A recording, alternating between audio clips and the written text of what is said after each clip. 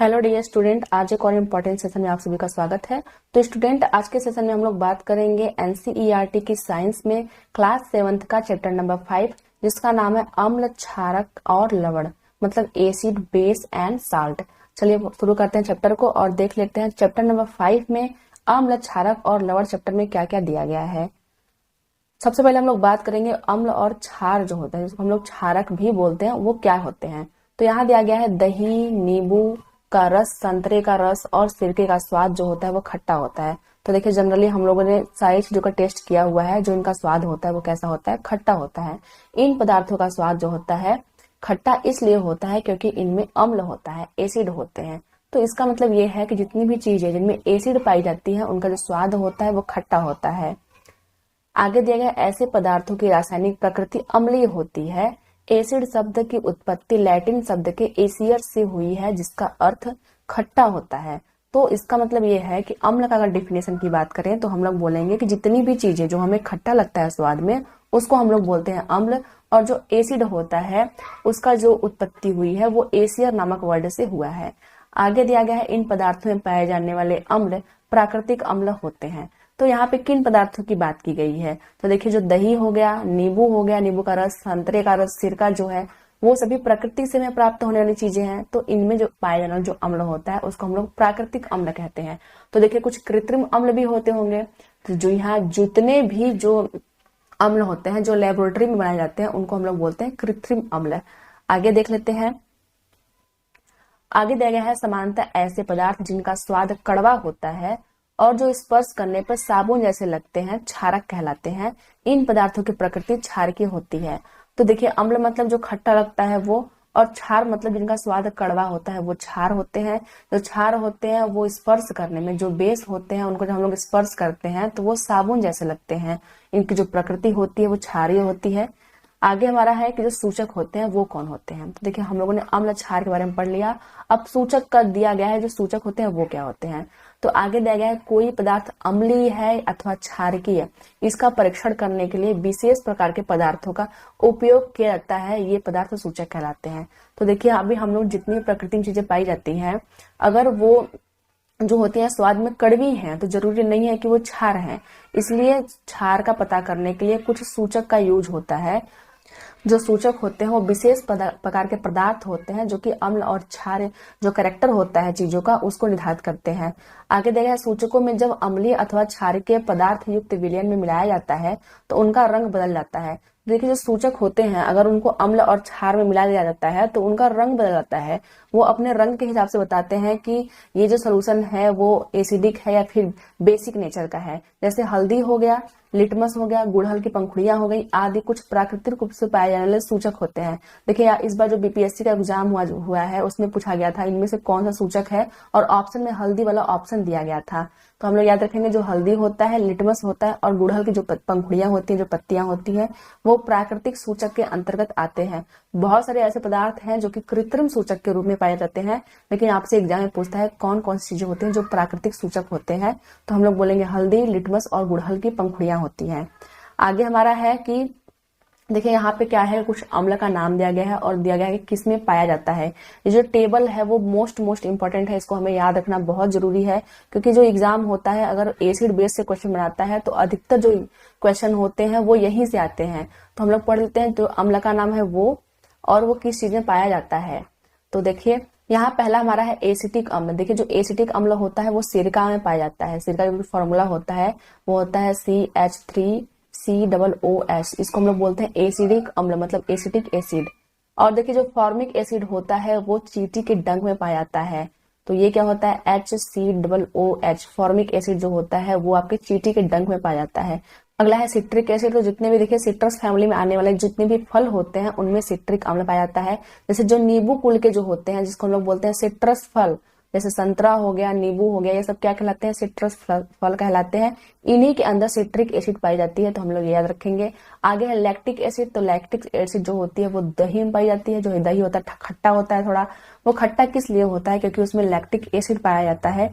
ये हम लोग याद रखेंगे। आगे है ऑक्जेलिक अम्ल जो होता है वो पालक में पाया जाता है। पालक की पत्तियों में कौन सा अम्ल होता है, तो आपको बोलना है ऑक्जेलिक अम्ल होता है।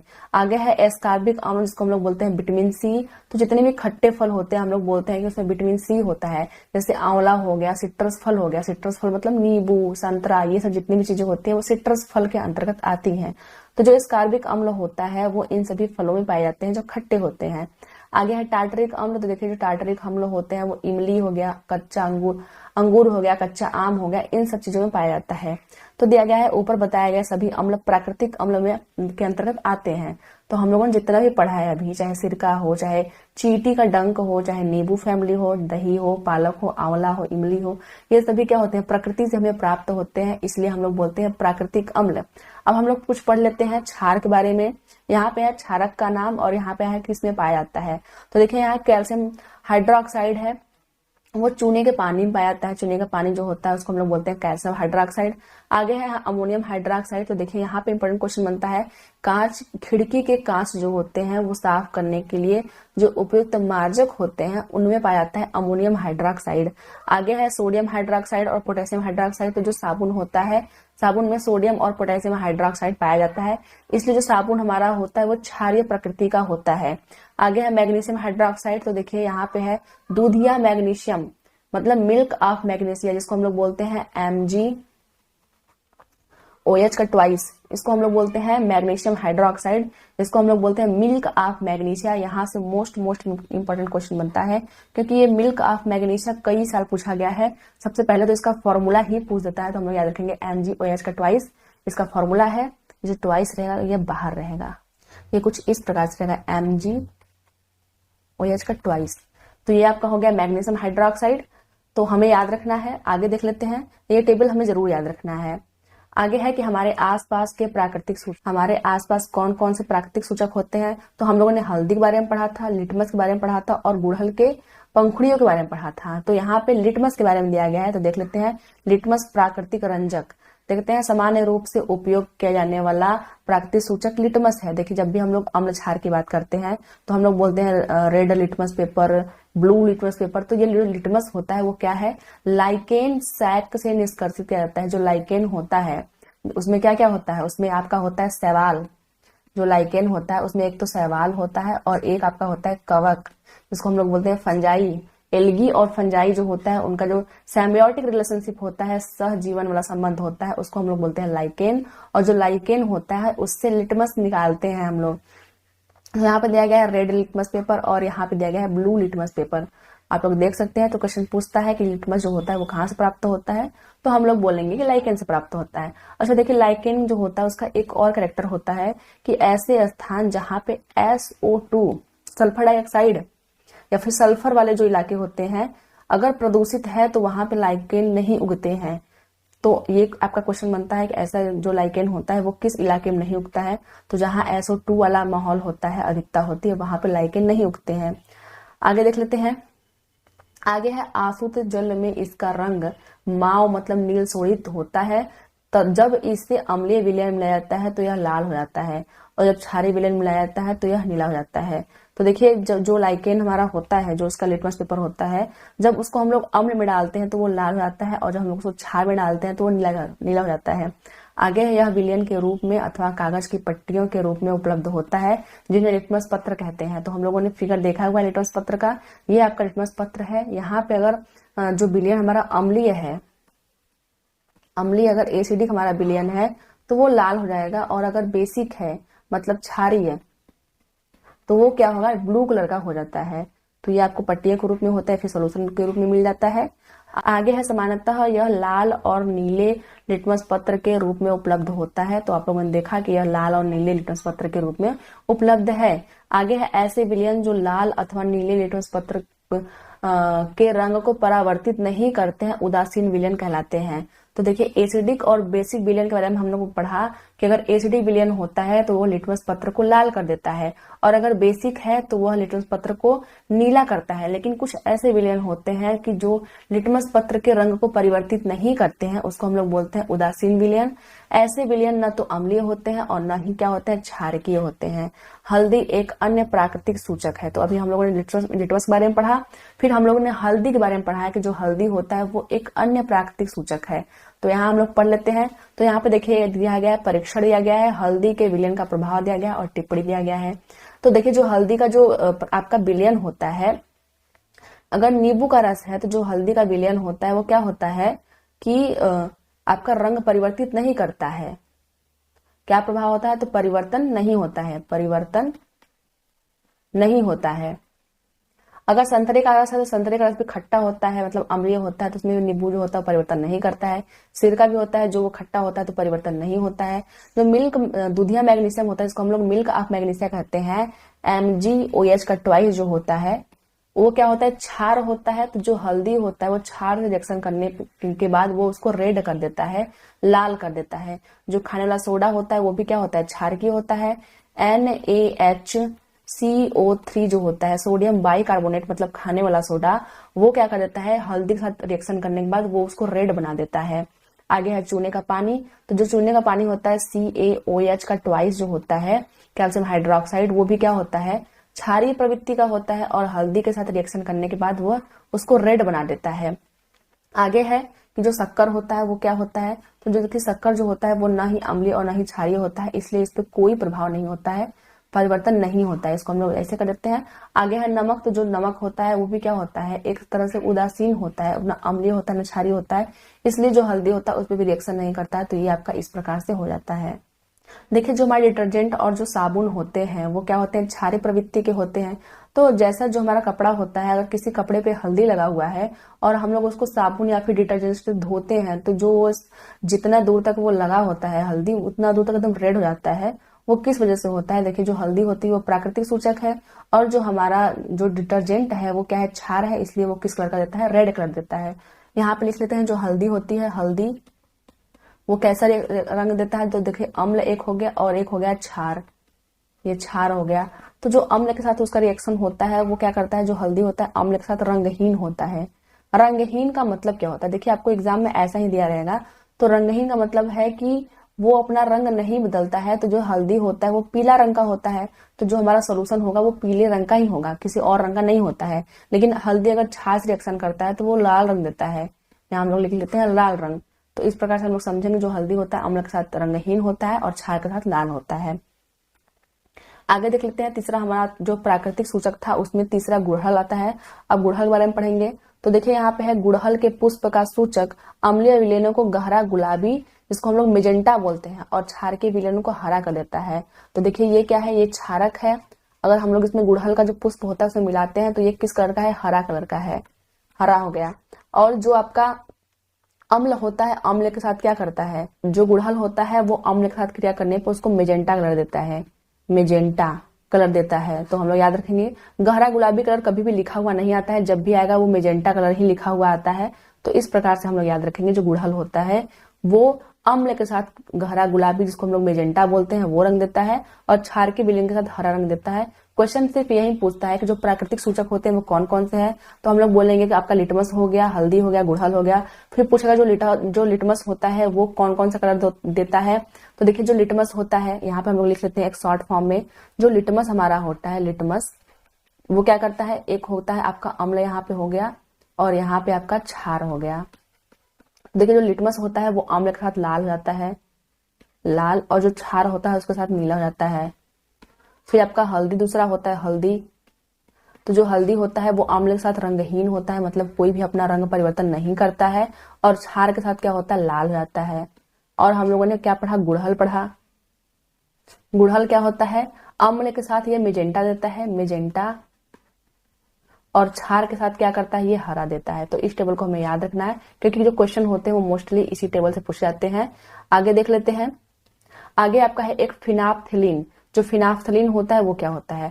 तो यहाँ पे दिया गया है जब विलयन क्षारकीय होता है तो जो फिनाफ्थलीन होता है वह गुलाबी रंग देता है। इसके विपरीत जब विलयन अम्लीय होता है तो यह रंगीन हो जाता है। तो हमें एक चीज और याद आया कि देखिए जो फिनाफ्थलीन होता है, मान लीजिए जो अम्ल है उसके साथ रिएक्शन करेगा तो क्या होगा, और अगर क्षार के साथ रिएक्शन करता है तो क्या होता है? फिनाफ्थलीन अम्ल के साथ क्या होता है? रंगहीन होता है। रंगहीन मतलब अपना कलर जो होता है वो चेंज नहीं करता है। और क्षार के साथ क्या करता है? ये गुलाबी रंग देता है, गुलाबी मतलब पिंक कलर देता है।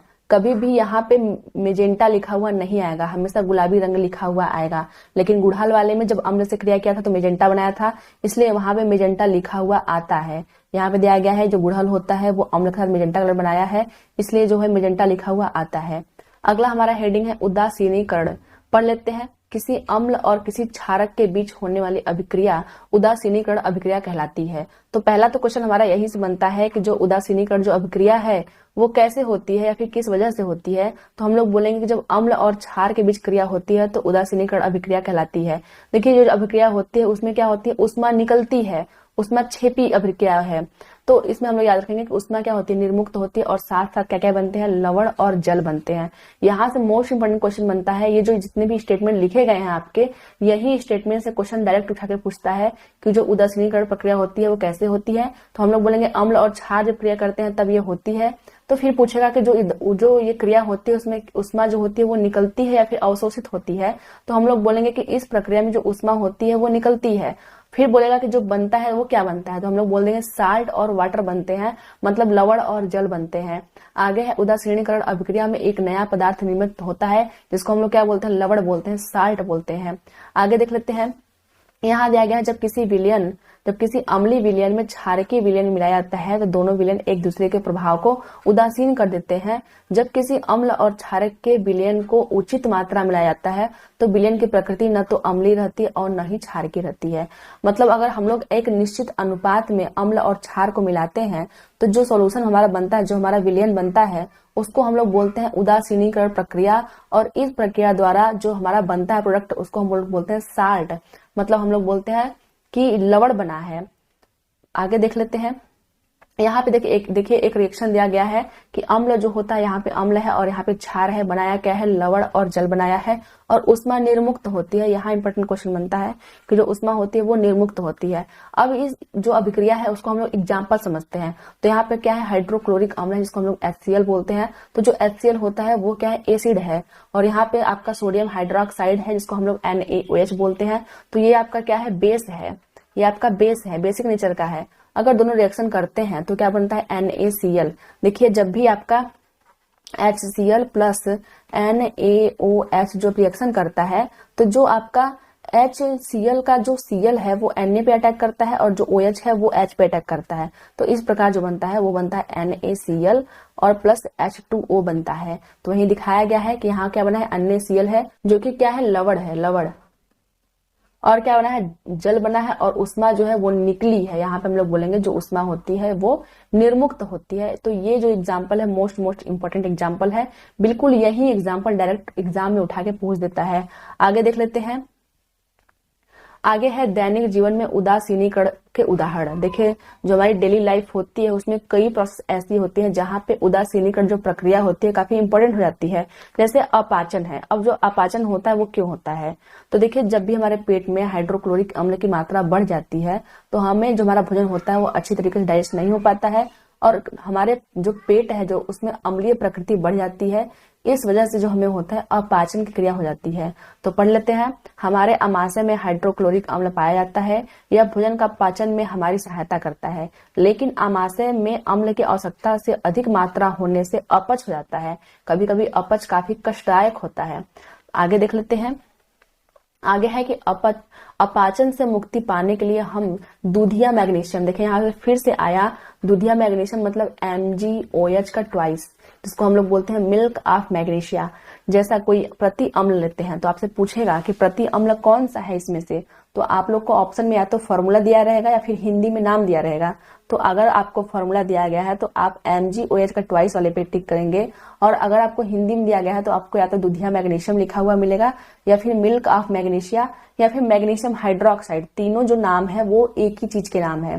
तो यहाँ पे आपका क्या है, दूधिया मैग्नीशियम है पहला नाम, दूसरा नाम है मैग्नीशियम हाइड्रोक्साइड, तीसरा आपका नाम है क्या, मिल्क ऑफ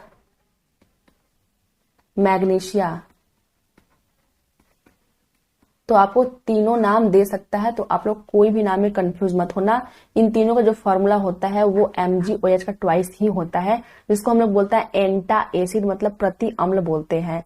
तो यहाँ है कि यह अत्यधिक अम्ल के प्रभाव को उदासीन कर देते हैं। तो देखिए, जो अगर पूछा गया कि जो एंटा एसिड होता है, इसका मतलब जो दूधिया मैग्नीशियम होता है उसकी प्रकृति कैसी होती है, तो हम लोग बोलेंगे कि यह क्षारीय प्रकृति का होता है, क्योंकि अम्ल को काटने के लिए क्षार ही चाहिए। क्योंकि अगर हमारा जो पेट है अगर वो अम्लीय हो गया है, तो अगर हम लोग और अम्ल लेंगे, कोई ऐसा मेडिसिन लेंगे जिसमें और अम्ल रहेगा, तो हमारी तबीयत और खराब हो जाएगी। तो अम्ल को न्यूट्रलाइज करने के लिए हमें क्षार की आवश्यकता पड़ती है। तो हमारा पहला एग्जाम्पल ये था। अगला हमारा एग्जाम्पल है चींटी का डंक।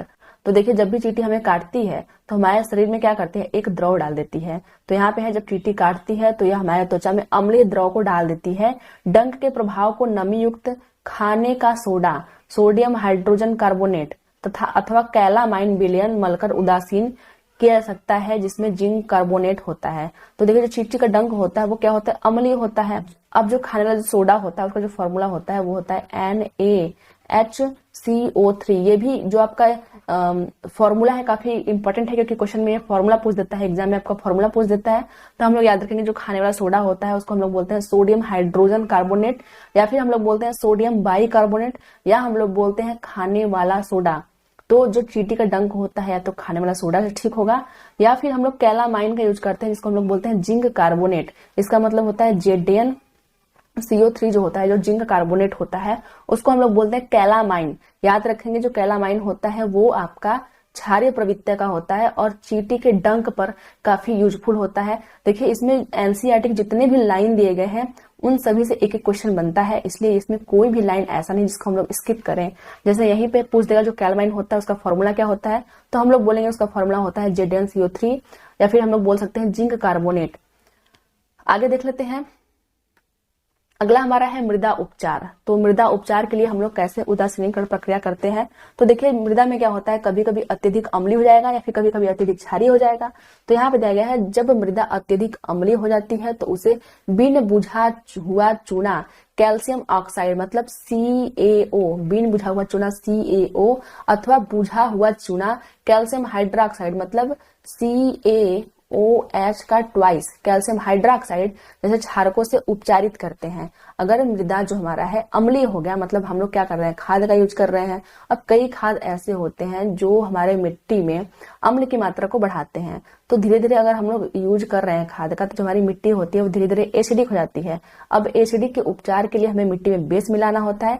बेस मिलाने के लिए हम लोग क्या करते हैं, या तो कैल्शियम ऑक्साइड, जिसको हम लोग बोलते हैं बिना बुझा हुआ चूना, या फिर हम लोग बुझा हुआ चूना जिसको हम लोग बोलते हैं कैल्शियम हाइड्रोक्साइड, उसका यूज करते हैं। देखिए, जितने भी फॉर्मूला यहाँ पे लिखे जा रहे हैं सारे फॉर्मूला बहुत इंपॉर्टेंट है, तो हम लोग इसको याद रखेंगे।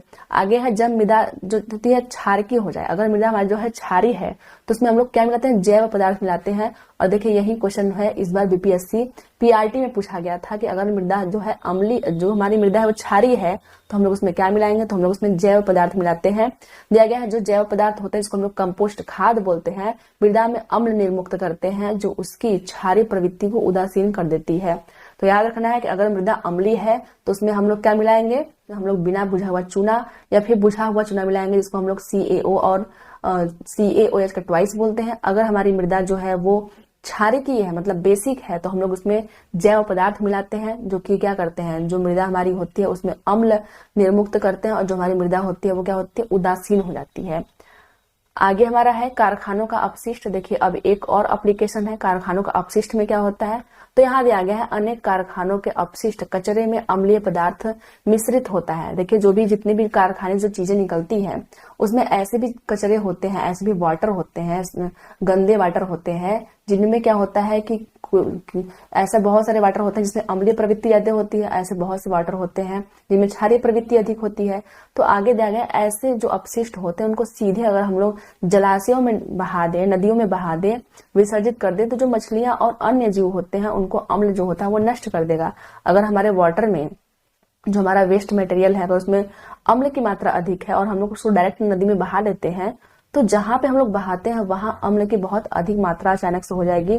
तो वो जहां जो जीव रहने वाले हैं वहां पे क्या होगा, उनको बहुत ही खतरा पैदा करेगा। अतः कारखानों के अपशिष्ट को जलाशय व नदियों में विसर्जित करने से पहले क्षारकीय पदार्थ मिलाकर उदासीन कर लेना चाहिए। मतलब हम लोग अगर उसको हम लोग मिलाते हैं उसके पहले हमें क्या करना है, अगर जो हमारा सॉल्यूशन है, जो हमारा अपशिष्ट है, अगर उसमें अम्ल की मात्रा अधिक है तो हमें क्षार मिलाकर उसका ट्रीटमेंट करना चाहिए, और अगर क्षार की मात्रा अधिक है तो हमें अम्ल मिलाकर उसका ट्रीटमेंट करना चाहिए। इस प्रकार से हम लोग उसको उदासीन कर सकते हैं। आगे पढ़ लेते हैं। आगे दिया गया है, क्या आप अम्ल वर्षा शब्द से परिचित है? देखिए, जो अम्ल वर्षा होती है हम लोग बार बार सुनते हैं, जो अम्ल वर्षा होती है क्या होती है, आज हम लोग पढ़ लेते हैं। बहुत से लोगों को पता भी होगा और बहुत से लोगों को नहीं भी पता होगा।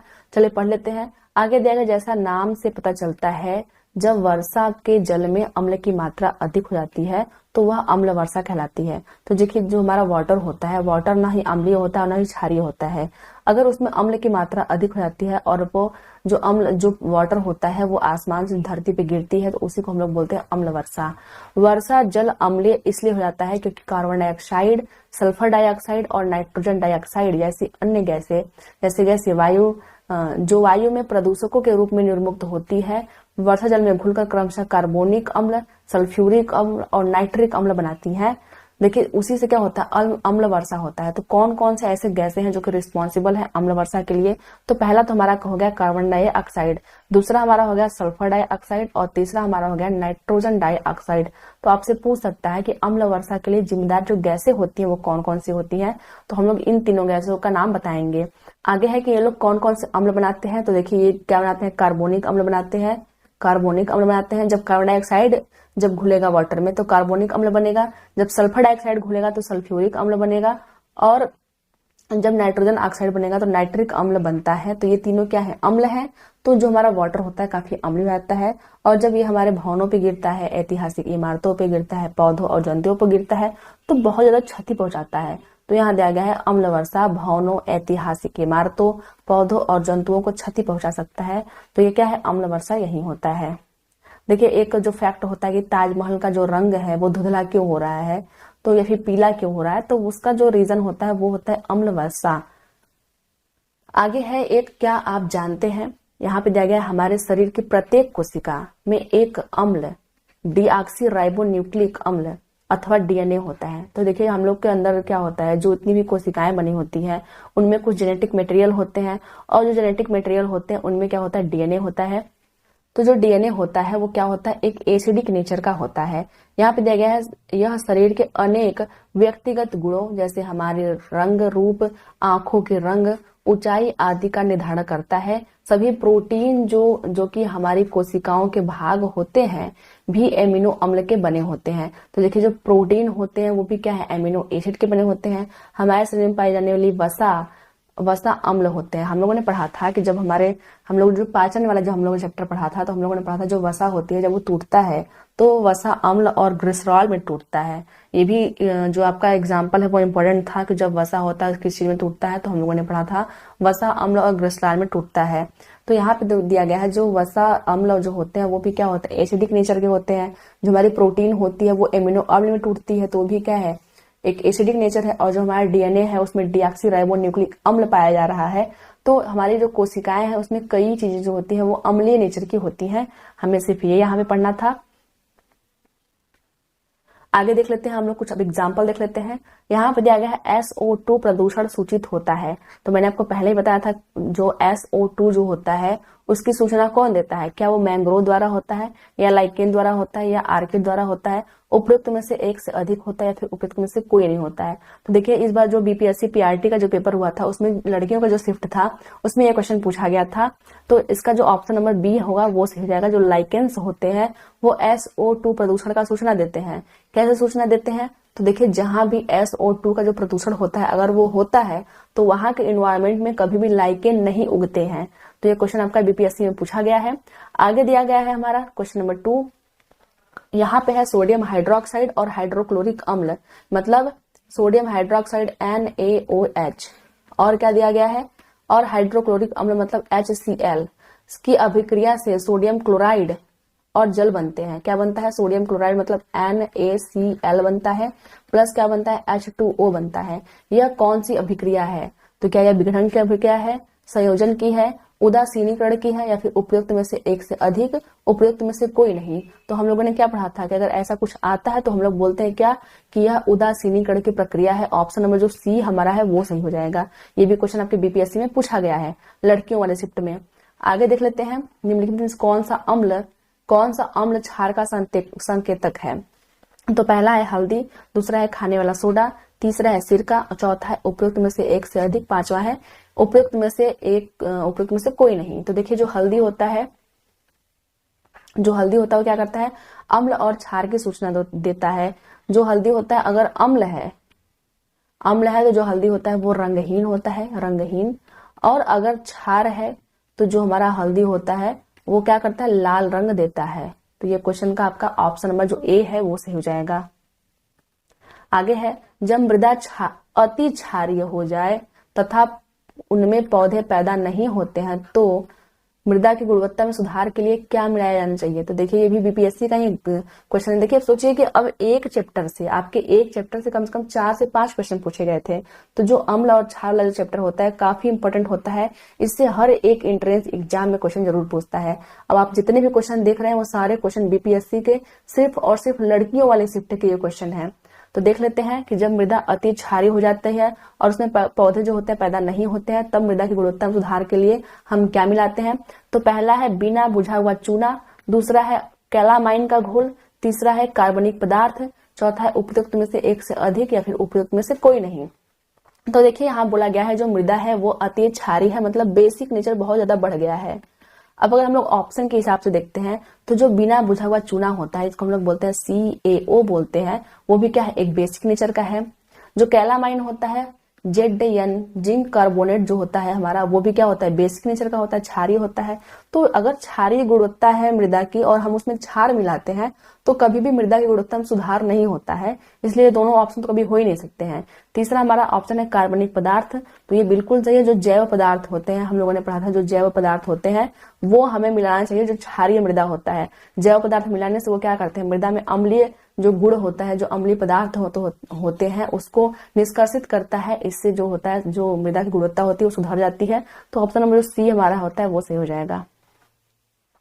तो फ्रेंड्स आज के सेशन में सिर्फ इतना ही। सेशन आपको कैसा लगा जरूर बताइएगा। अब मिलते हैं किसी और वीडियो में, तब तक के लिए धन्यवाद।